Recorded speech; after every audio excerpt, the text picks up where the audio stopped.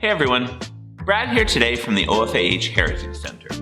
In last month's virtual lesson, we looked into the exciting world of bird dogs.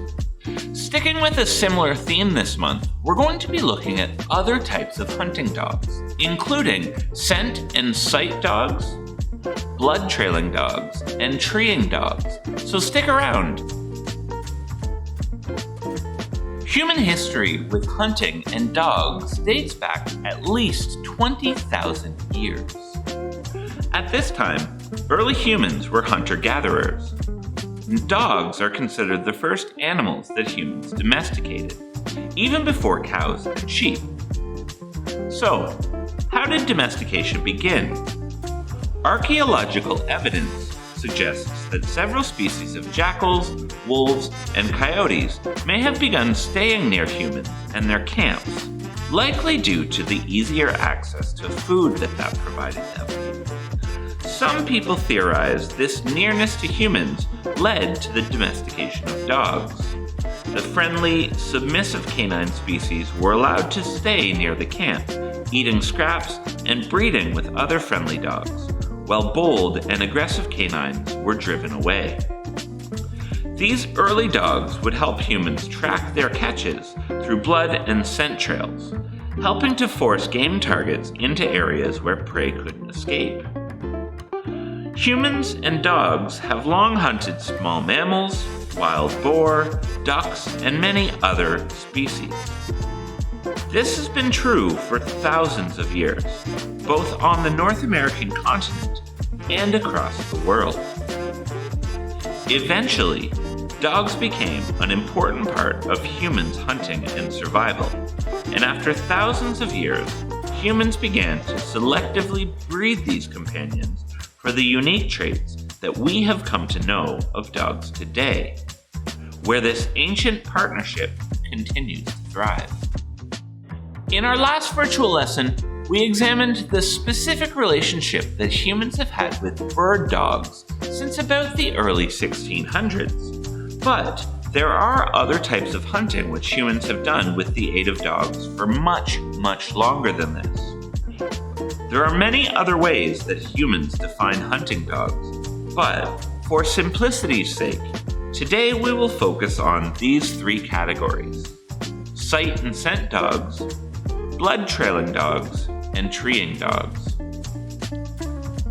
First, we'll speak about hunting dogs used for ground-based species like deer, bear, rabbits, and coyotes. These breeds are invaluable for tracking and locating game, helping hunters find their quarry efficiently. This process is defined by two methods that dogs use to track game.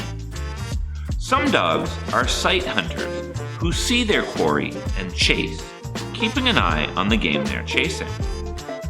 Other dogs chase game by scent, using the scent of game species to follow and eventually catch up with their targeted animal. Known for their incredible sense of smell and stamina, these dogs can trail deer, bears, and other game species over very long distances. Their baying voice, or barking, alerts hunters when they've treed a bear or located a deer, making them very helpful to their partners in the field. Oftentimes, range, or the dog's proximity to their hunters, can be an issue with these pursuits. So most handlers of dogs hunting in this way will need to use a GPS collar that gives the hunters a location for their dogs.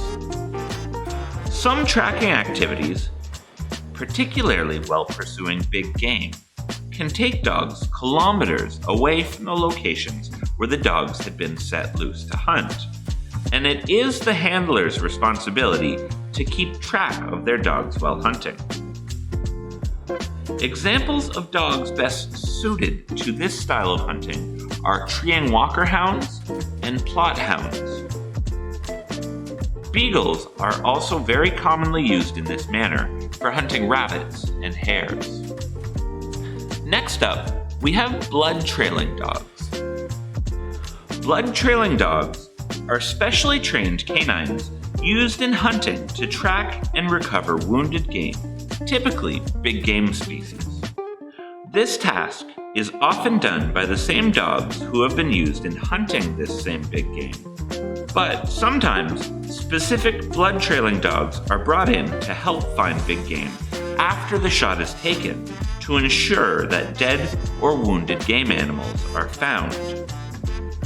These dogs have a keen sense of smell and an instinct for tracking scents, making them invaluable in situations where a hunter has made a less than perfect shot, or in cases where a fatal shot has allowed a game species to travel a good distance before expiring.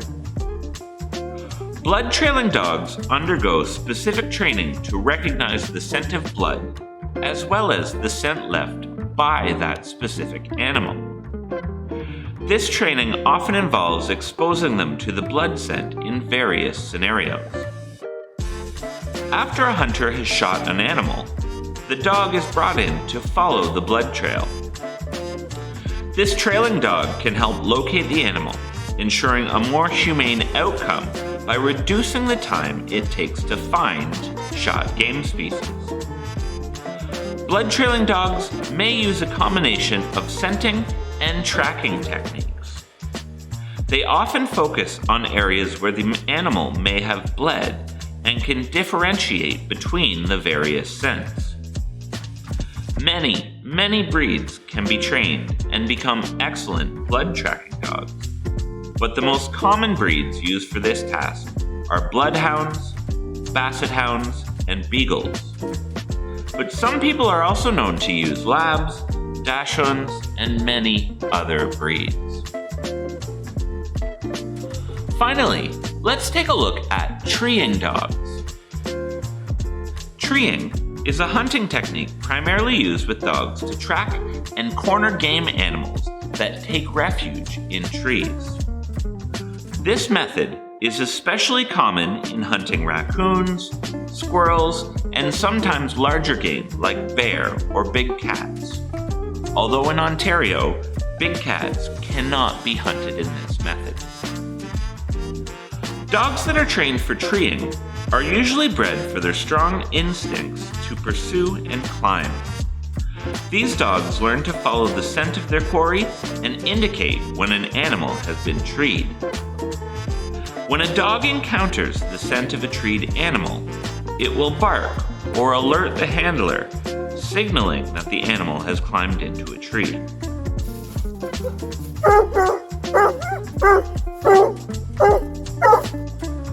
The dog typically circles the tree and continues to bark, helping hunters locate their game.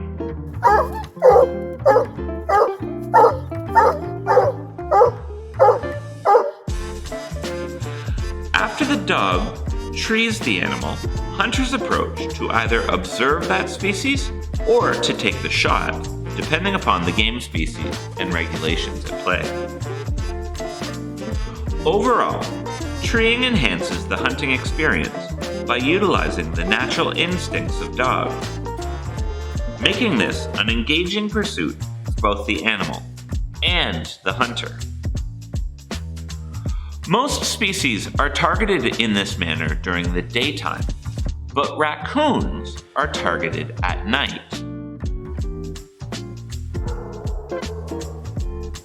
This is the only species who may legally be hunted actively with a firearm at night.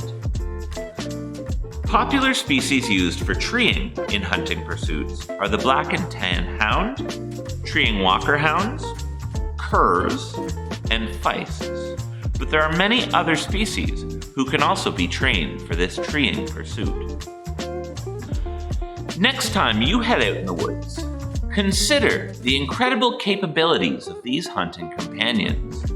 They're not just pets, they're vital partners in the hunting heritage which we cherish. Thanks so much for watching. Be sure to like this video and comment below. Don't forget to check out the resources section on our webpage. There, you'll find free printable resource material, like mini lessons and activity pages to follow up each virtual lesson. And please subscribe to stay connected as we learn together outside the classroom.